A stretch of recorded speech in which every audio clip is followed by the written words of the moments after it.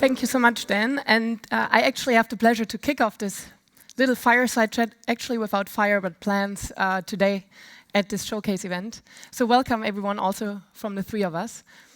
We're representing different perspectives on this topic. And I think, as Dan already mentioned, I think what was most exciting in our preparation was that actually we found out that even though we come from very different directions, at the end we seem to converge and we seem to be very well aligned on what is actually needed on our transition towards a more sustainable future.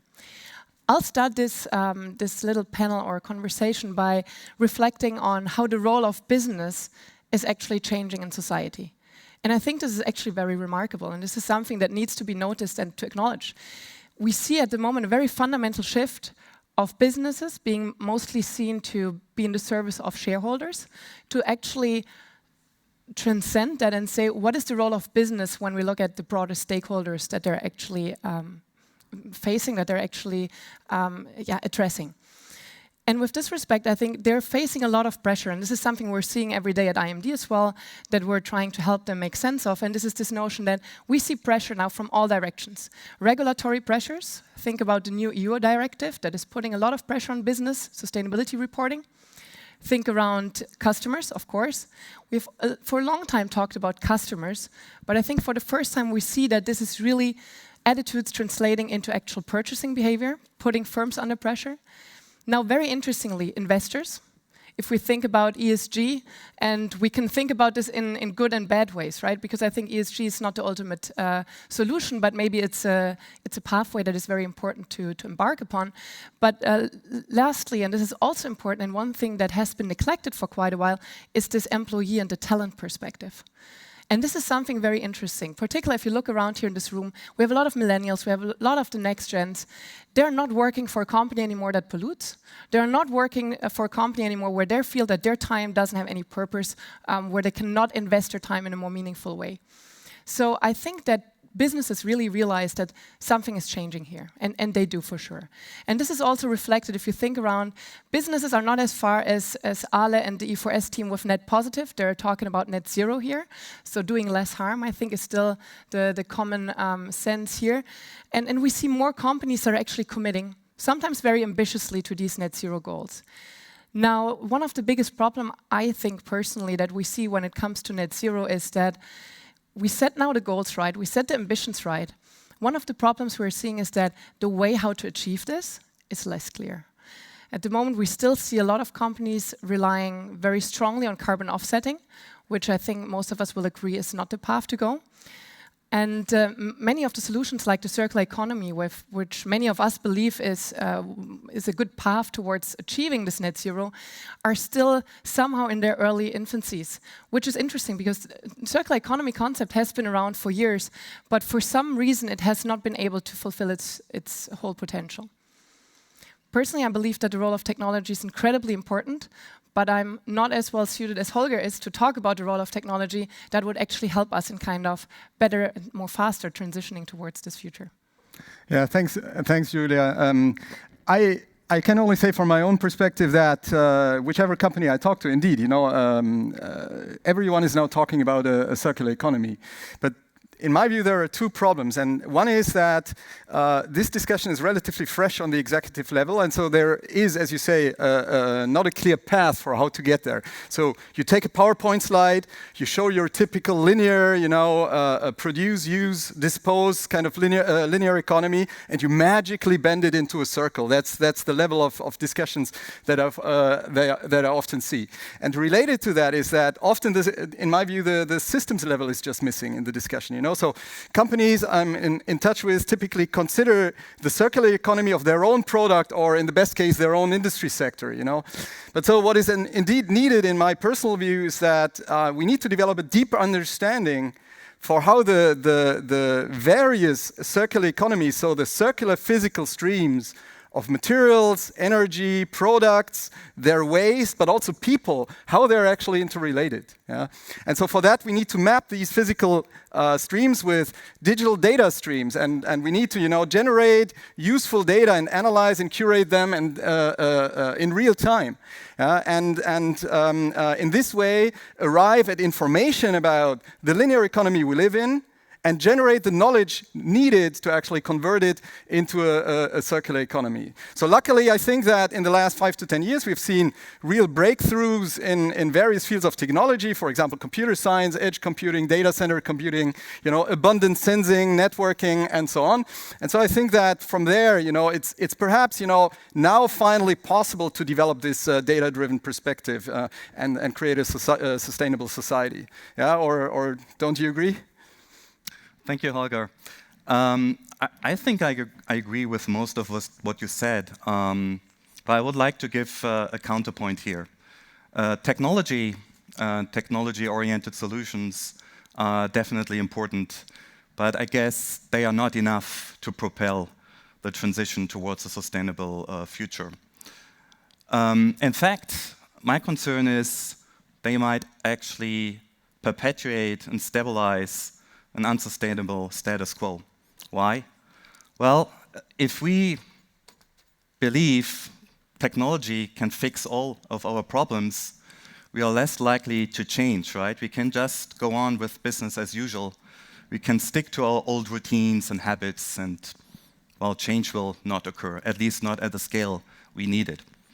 Maybe a good example is the automobile industry, the rise of e-mobility, fancy Tesla cars driving through Saint-Sulpice and other neighborhoods. We know that those cars are actually not much better in terms of eco-balance than traditional cars. And more important, we see more traffic. We see more traffic in cities. We continue being caught up in traffic jams. Remember the last long weekend?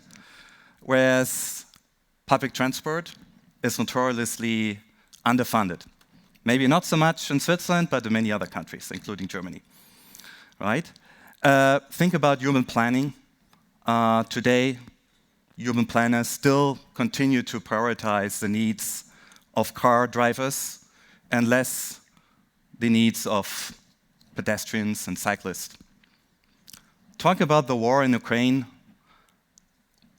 Instead of having a car-free weekend, as we used to have in the 70s, governments internationally subsidize petrol, right?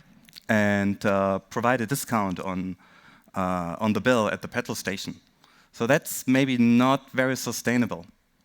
So I guess the point I want to make is that technology makes a promise, right? We can continue with the things we love, and at the same time, we can rescue the planet. So I'm not sure this is a good narrative. Maybe this narrative is a bit naive at best and maybe dangerous at worst. So I think we need fundamental change, behavioral change, not only cosmetic change. And this means, well, we probably need to give up some of our habits. We need to consume less. We need to waste less. And we maybe also want to rethink existing narratives and models very much premised on growth and, well, technology as a solution. What do you think, Holger?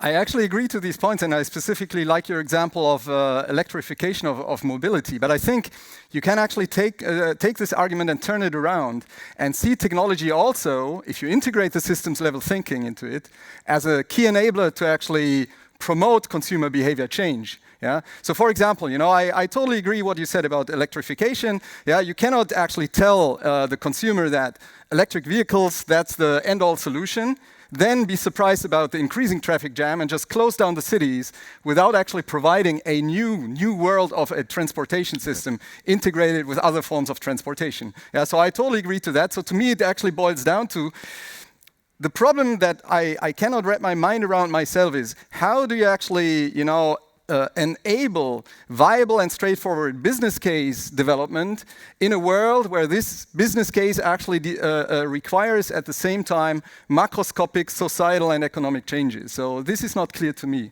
Julia, do you have a take on that? And I honestly think it's not clear for many companies out there as well. And I think this is where we need to understand that we're embedded system actors, and it's not that this one company brings about a solution, no Tesla, no whatever will bring about this single solution. I think what we'll see is much more this role of technology, yes, as an enabler, and I still believe technology plays a fundamentally important role to speed up and scale up our ability to better achieve the Sustainable Development Goals. But I fully agree as well. As long as technology is used to stabilize a system that we all know is not working for us, and it's captured by this old system, then it's not targeted towards the right direction. I think what we'll need to see is how can we better harness this technology to give rise to this new system that we would like to see. And I think what you were discussing at the example of e-mobility, why are we still talking about individual transport? There is a business case also when it comes about having driverless cars, maybe car sharing, all of this, which would fundamentally mean changing business cases from individual transportation towards more shared practices of transport. And I think this is something that we will see in the future much more frequently, and this is this notion of radical innovation, something where there will be a pain point for businesses as they radically transform towards this new future. And those that take this step will be in a much better position than those that are now lagging behind and trying to really be inclined to their core business model status of today. So I think what we were discussing fundamentally is this whole notion of technology, yes, important, but it needs to be social technical transitions. So they need to be embedded in the broader systems that they're embedded in, and basically need to address also consumer behavior, social change, social norms, culture, lifestyle. And I think this is interesting. So from a management perspective, it's super exciting because we're expanding this notion of what innovation actually entails to not only say these are products and services, for some even processes, but notice even goes fundamentally beyond that to say, how do we change culture, lifestyle, consumer behavior, norms, and all of this? And I think we will see a lot happening on that front in the next years. And with that, I think we're here at a very fortunate place where we see we get a signal of how the future can look like in many of the inspiring keynotes, but also, as Ale already mentioned, with the 30 startups out there. And with that, thank you so much.